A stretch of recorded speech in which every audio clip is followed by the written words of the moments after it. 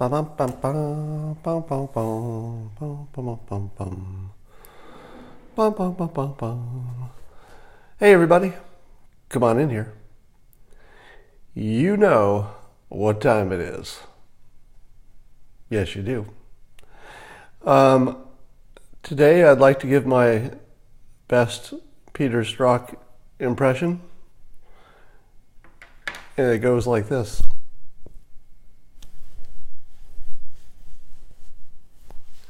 I think I nailed it. Nailed it. All right, it's time for the simultaneous sip. Somebody says I look high. No, that's what I look like when I wake up. I've only been awake for a little bit. It's time for the sip. Oh, that's extra good. Extra good sip. All right, let's talk about, I know everybody wants me to talk about Peter Strzok, and is he believable? And what about that weird satanic body language? Well, I'm not going to tell you, I'm not going to tell you everything you want to hear today. And I know you hate that, but I'm trying to make sure that I have at least some credibility, and I'm not just siding with the team every time.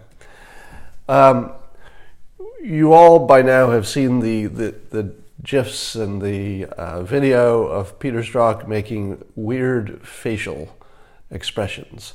For one, when he talked, he tended to look down so that when he was looking up, he looked evil. Sort of the evil look. Never a good look. And then there's that weird little thing where he's smirking and squirming in his chair. And if you see that out of context, it's especially problematic. Now, what do we make of that? Let's talk about the smirk and the squirm first. The part you've all seen by now. It's all over Twitter where he goes and squirms a little bit. Here's my interpretation. You're going to hate this. He looks like somebody who knows he's winning. He looks like somebody who knows he's winning. In other words, he was sitting in Congress, and as bad as you might think he looked, Louis Gohmert looked worse. Congress as a whole looked worse. This is the day that Strzok has been looking forward to in a way, because he probably did want to get his version of the story out. And the question is, did he do that? Did he do something that should make him happy? Now, of course, he's not happy about how Congress treated him, but would he have been happy about how he performed? And I think that smugness you see is that he feels he performed well. In other words, he doesn't look like somebody who got caught lying. Now, I got all kinds of pushback yesterday because people don't understand the difference between credibility and what is true.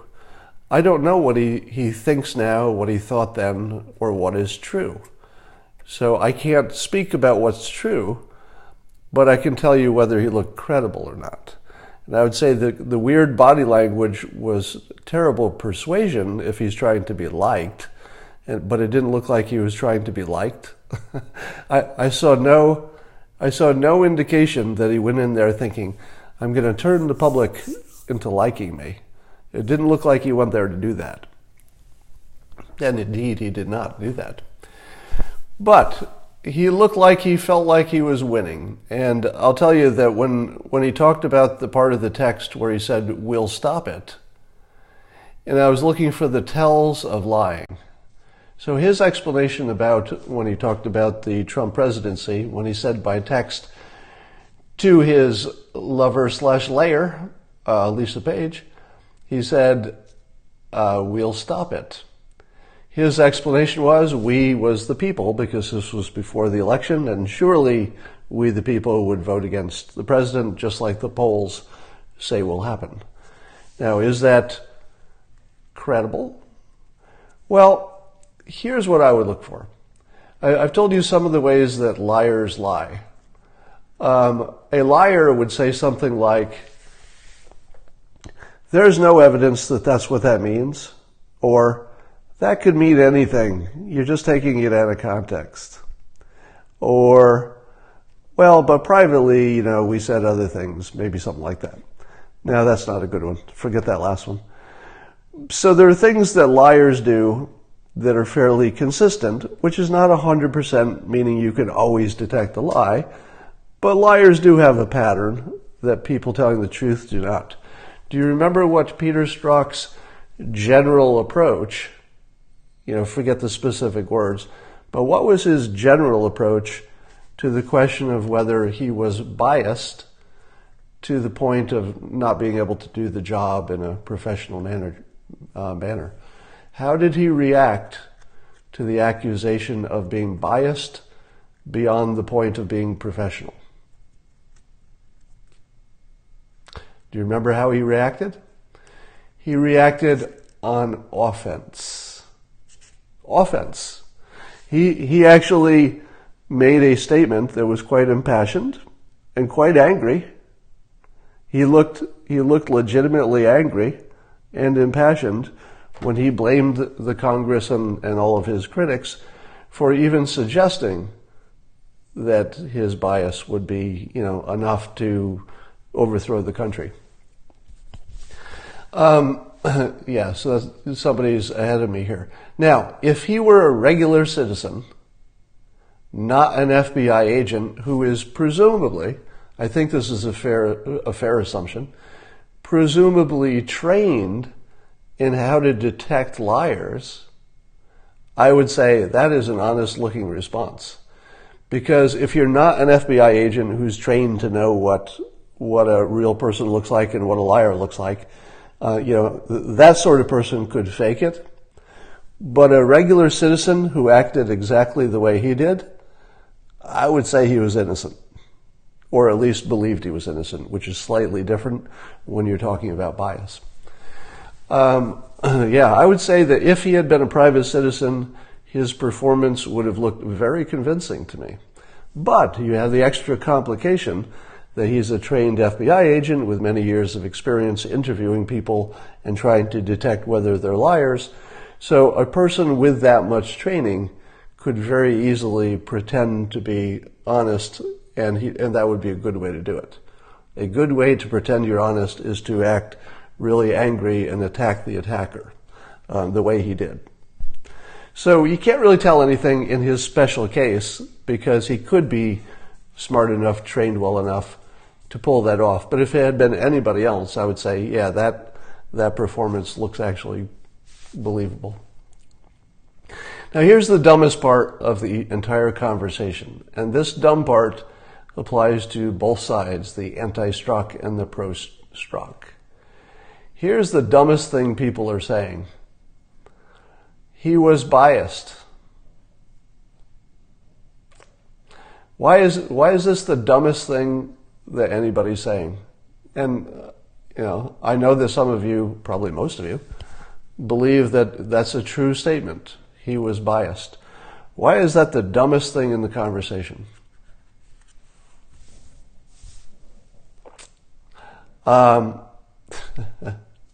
Nobody wants to answer that question. The claim that he is biased is the dumbest observation because in that particular election, everyone was biased. There was no option of the unbiased agent. That's not a thing. Now, in normal situations, if they're going after normal crime, they don't really have a stake in that crime. They're just doing their job. Their bias is just toward themselves and toward the FBI and the country, so everything's fine. But in this specific case of this election, which probably wasn't the case in past elections, but this one election of Trump versus Clinton, the level of bias for every human who was paying attention was off the chart.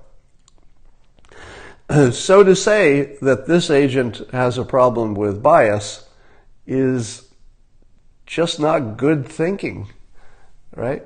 Of course it's true, but it's also like saying, you're breathing oxygen. Well, it's true, but you didn't really make a point.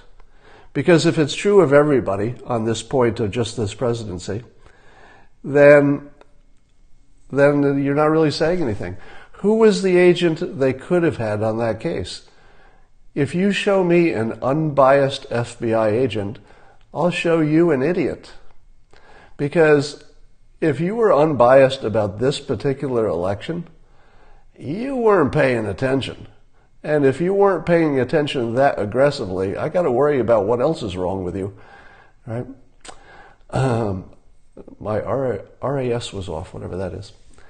Now, the smugness is a factor in how people perceived him, of course, but it's not an indication of whether he lied or not. The smugness tells you nothing about the truth of his statement. It's just something you don't like. It just rubs you the wrong way.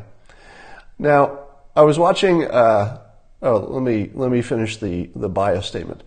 Now, Strzok's defense against accusations of bias are that, there's a part that you can't take as being, believable, which is that he's never been biased and he would never do that. Now, that might be true, but you can't take it on his word because he's just been accused of that. Of course, he's denying it. So you don't really have anything to go on there.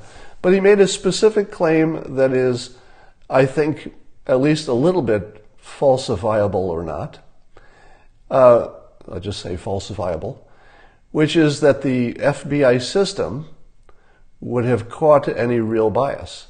In other words, he's making the case that human beings are biased, and that his bias was not at the level that he thought he was intentionally acting on it, but that if he had unintentionally acted on his bias, or even intentionally acted on it, there were enough other people who saw it that they would have called it out, unless, of course, they were also in on it, I suppose.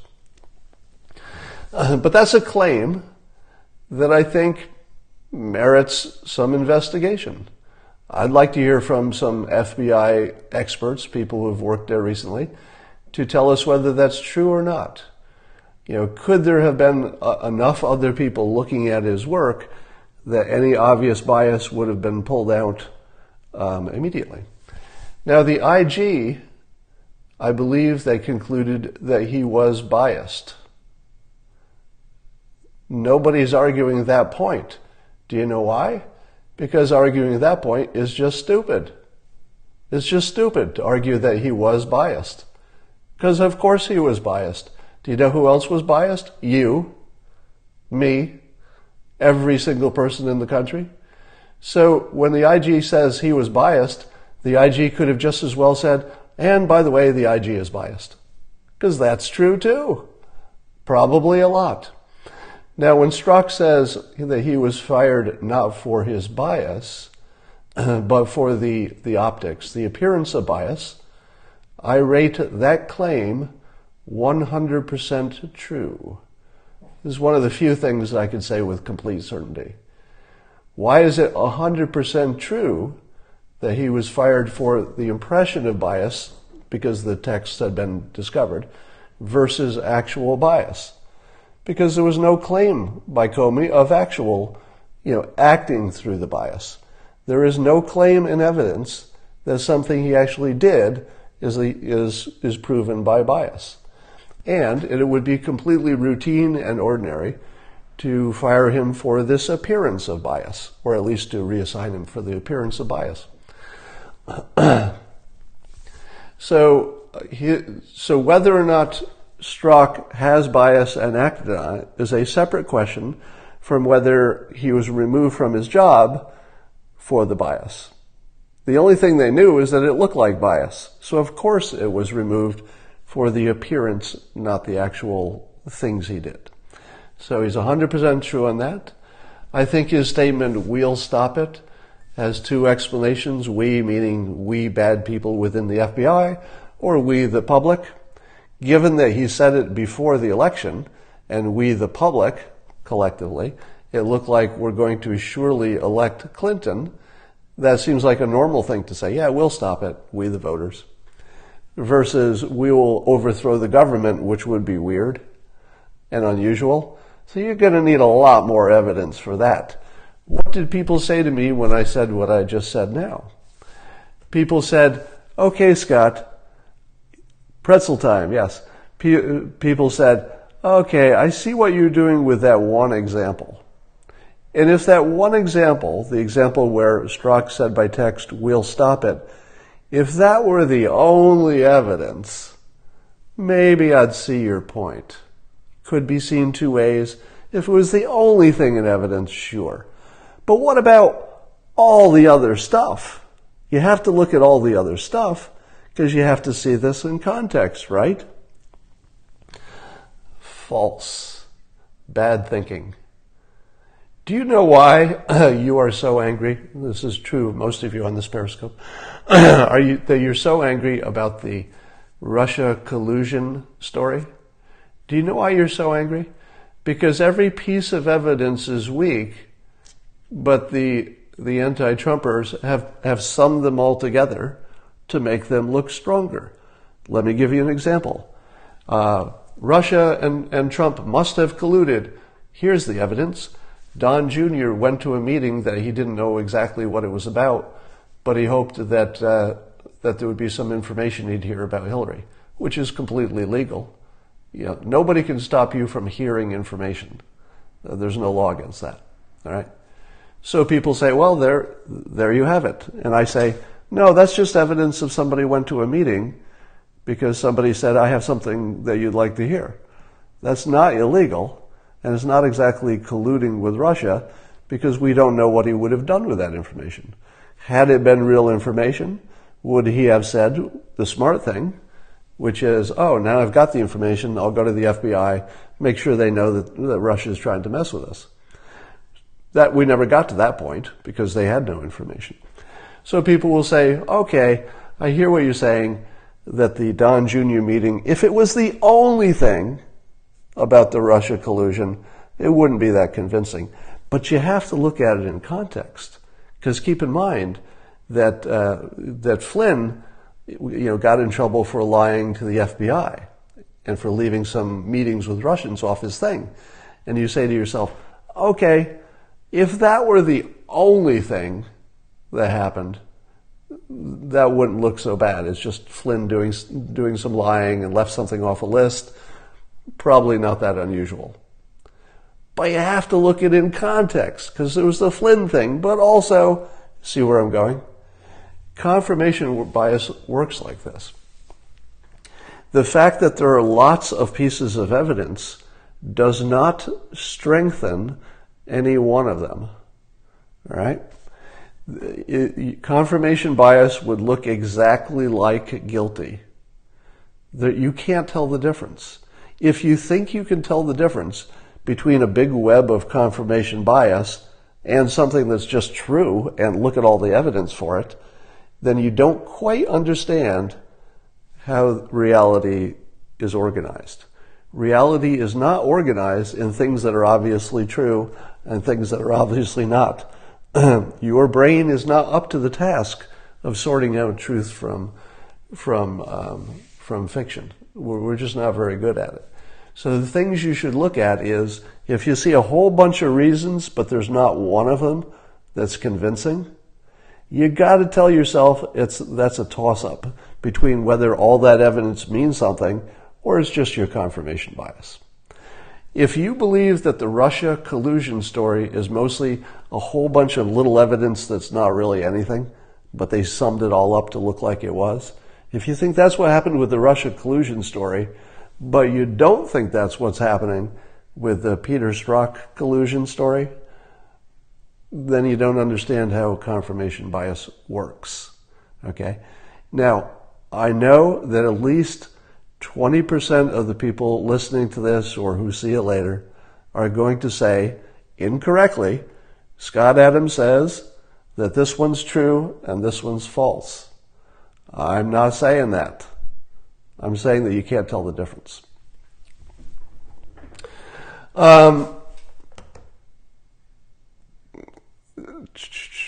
right. Said too much on that, people are telling me. Let's talk about Trump in the UK. And yesterday I tweeted around, it was a fascinating story, I guess it was in The Sun, in which they reported that President Trump had deeply insulted Prime Minister May. And, all right, let's get rid of this guy. Deeply insulted Prime Minister May about Brexit. And if you're like me, you read that story and you said, I don't understand this story. Because the story was that the UK wants to do Brexit, which is already a complicated topic, and I would not claim that I understand it very well. But Trump says, if, according to this report, said that if the UK did Brexit the way they planned to do it, some kind of a weak form of Brexit, that the United States would not be able to do a trade deal with them or something. And I said to myself, why? You know, the claim was we'd have to do a deal with Europe instead of them. And now, I don't know if the president was onto something true or not. I guess he already walked it back this morning and said, oh, it's a complicated situation, but, I think we can do a deal with you. So when I heard it, I just didn't understand even the point or the economics or what this has to do with anything, because I couldn't understand why the United States wouldn't be able to do a deal. I'm not saying it's not true, but the reporting was completely empty. It was just empty calories. If you do this, we won't be able to do a deal with you. Why? What suddenly stops us from doing a deal with Great Britain? And by the morning, my question had been answered. The answer is nothing. Nothing would stop us from doing a deal. So the funniest parts about that story are that, as I tweeted, apparently President Trump is trying to overthrow the government of the UK and replace it with Boris Johnson, who, as you know, is just President Trump's clone. He's the clone that didn't come out that well. He was clone version 1.0. And so there's something hilarious about the fact that the UK was putting up this baby Trump balloon, to sort of insult our president.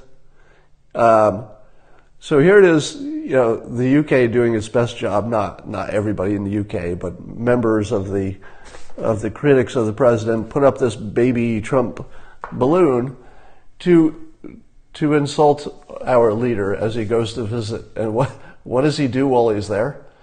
Not only did the insulting balloon defense system, the IBDS, fail, it did not prevent the president from visiting. Apparently it was a bad defense system. But not only that, but he came in and practically replaced the government with his own clone in 24 hours. Now, it looks like if you saw I only caught the end of the press conference with Theresa May and the president, and he actually used the word apologized. I think he actually used the word apologize. He said he apologized to Theresa May and said that he'd been taken out of context, essentially, and that the news report had left out the compliments and, made it look worse than it was. And then he reported that Theresa May said, that's just the press. And then they bonded over how bad the press is. So here's my take when I looked at the body language and the way Theresa May and President Trump were acting toward each other after all this nastiness, when they were just answering questions with the press. My take on it was that their chemistry was excellent. Would you agree that toward the end, by the time they were doing their final press conference, just an hour ago or so, didn't they look like best friends? I mean, they looked beyond comfortable. They looked like they enjoyed each other's company. Now, part of it is that Trump used a pickup artist approach called negging. Have you ever heard of that? Negging, saying something negative and then, letting her earn her way back into his his affection. Now, I don't know that he did that in some conscious way, but the result of it was that because there was this awkwardness, which he responded to by being the best friend ever, complimenting her, telling her how tough she is, saying what a good negotiator she is. I think, in a weird way, we came out ahead. Am I imagining that? It feels like he shook the box, like he always does, until he got a situation he liked. He got all the attention. In a weird way, correct me if I'm wrong, but did President Trump become the most important politician in the UK in one day? That's what I saw. It looked like he sucked all of the energy out of every other topic and of every other politician and became the only politician that mattered in the UK for 24 hours. I've never seen anything like that. So all of the things that he does in this country, he just took over there and did it again. He just absolutely controlled the narrative. They're not talking about anything except what Trump is doing and saying. All right, he owns the press over there for the time he's over there. So the entertainment factor here is off the chart. And then I tweeted last night, CNN had a little, what do you call that? The chyron or the label on the title on the screen that said that the president would be having tea with the Queen today. When I saw that the president would be having tea with the Queen, immediately after the story about how he had insulted Theresa May and, it was this big diplomatic, dust up, which probably was more fake than real. But I just laughed until I cried because I thought, if this were a movie, can you imagine a better foreshadowing of what's coming? Because, you've got Trump, the blunt American, who's coming in and just mixing everything up and violating all their norms, and he's calling Angela Merkel by her first name when he's over there, and he's arguing about the pipeline between Germany and Russia, and he's browbeating NATO right in front of him, and after all this setup, after all this incredibly provocative, high energy, bull in a china shop, shake the box stuff, the next headline I see is, Trump is scheduled to have tea with the Queen. And I just say, I am in for tea with the Queen. If you could tell me there was something coming better than that, I don't know what it is. Now, in all likelihood, absolutely nothing would come of that. In all likelihood, he would just be polite and, it would be not much of a story. But the mere fact that it was scheduled next, the mere fact that it was scheduled to be next, it was just perfect theater. Now, if you were to understand the Trump presidency as a 3-act movie, much the way I described his candidacy would be, here's what that 3-act movie would look like. In Act 1, something unexpected happens that changes the course of somebody's life. That's what Act 1 in a movie is. So Act 1 is somebody's life changes in a dramatic way. There's a death, there's a marriage, there's a divorce, there's something. In this case, the movie was that the president became president and probably didn't even expect it himself. So suddenly he's thrown into this new world, and that's scene 1. Scene 1, where it's chaos and trying to figure it out and how do I keep somebody on my staff for 10 minutes, scene 1 is now over. Scene 2, sometimes referred to in the book Save the Cat, which is one of the famous books about script writing. Scene 2 is often described as fun and games. So fun and games in scene 2 of any movie, especially comedies, is where the star has endured whatever this new change is, and then something happens in a series of scenes where things are going well. It's like, oh yeah, okay, now this is happening. Here's a fun scene, here's a fun scene, here's a fun scene. So nobody is in dire danger in scene 2. It's just a whole bunch of interesting scenes that you like to see together. That's where we are. We are clearly in scene 2. Scene 2 is this stuff, where you can't take your eye off the screen and you're like, oh my God, I can't believe he said that. Oh, that worked out well. Oh, I can't believe he said that about the pipeline. Look what he's doing to NATO. Look what he's done to the economy. The economy's good. Look at Kim Jong-un. He's sending a love letter, although North Korea may be taking a step back, which is completely expected. There's going to be lots of, one step forward, 2 steps back for a while. So that's normal business. But we're in the fun and games part of the movie. Now, if there's a third act, and if this follows the course of the movie, you would expect, and maybe it could be the midterm election, but that seems a little early. You could expect that there would be something that looks very bad that's on the horizon that we would also, escape from, and the movie ends on a happy note. So if something looks like it's really bad coming, whether it's trade wars or things go bad with Russia or something like that, don't be surprised if you see something that looks really bad before it gets solved.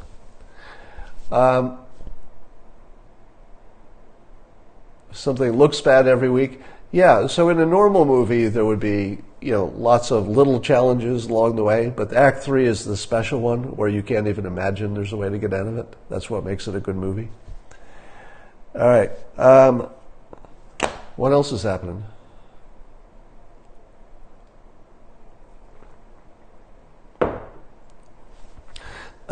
Correct me if I'm wrong, but going back to Strzok, did he give an answer on the insurance policy question? And if not, why isn't the news talking about that? Did I miss it? The Strzok did not have an answer for the insurance policy text. Was he asked about it? Because I also don't remember seeing him asked about it. Is he coming back? He talked around it. Oh, he said he could not answer because it was part of an ongoing investigation, right? He didn't answer because it was part of an ongoing investigation. Now, he was asked and he deflected.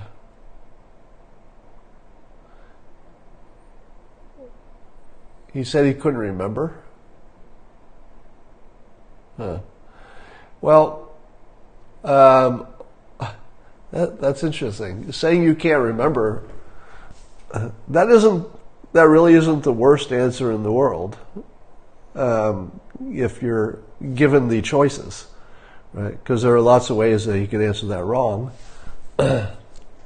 Saying you don't remember is actually a fairly strong play, because if you don't remember, that also says it wasn't important. It was something that wasn't even on your mind. So insurance policy, that part, I think we probably all agree that the insurance policy part is unexplained. So when I say that he's credible on some answers and not credible on others, this would be a not credible one.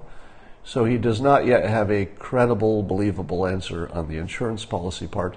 And I believe there are other questions about, whether he followed FBI procedure to do this or that. And those are all questions of legitimate credibility.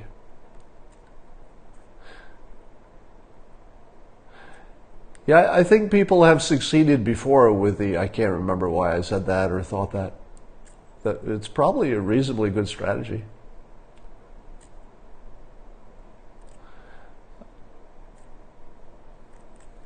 Um, he really said it meant Obamacare? What? He said it was late at night and didn't know what he was typing. You know what? Yeah, the defense he didn't use exactly, but I think I might have be tempted to use, is that there are things you say to a lover that you just wouldn't say in any other context. You know, I can imagine, for example, I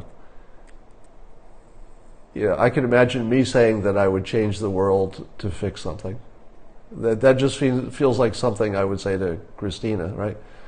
So if Christina said, actually, I'm thinking of a specific example where I actually did say that, but I'm not going to give you that example because I might have actually changed the world in that case. But I can imagine me saying, you know, if global warming is a problem, let's say your lover was afraid of global warming. I could totally imagine me saying, "Don't worry, I'll do something about that." I could totally imagine me saying that. Because the way you talk to a lover is just not the way you talk to anybody else. Oh yeah, I'll take care of that for you. You know, I'll turn on the air conditioning. I got that global warming stuff fixed.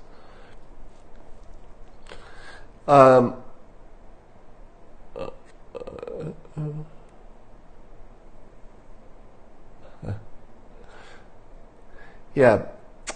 So there's certainly a credibility problem with Strzok, but let's not get carried away with imagining that every single thing he says must be a lie, because chances are that's not the case. No, I'm not engaged. Some people saw some pictures that Christina and I posted and imagined that we were getting engaged. We were just posing for a picture.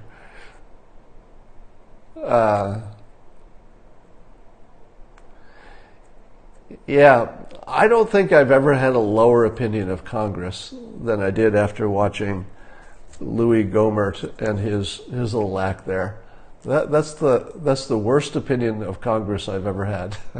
It really was already pretty low. All right, I think that's all I got for today, and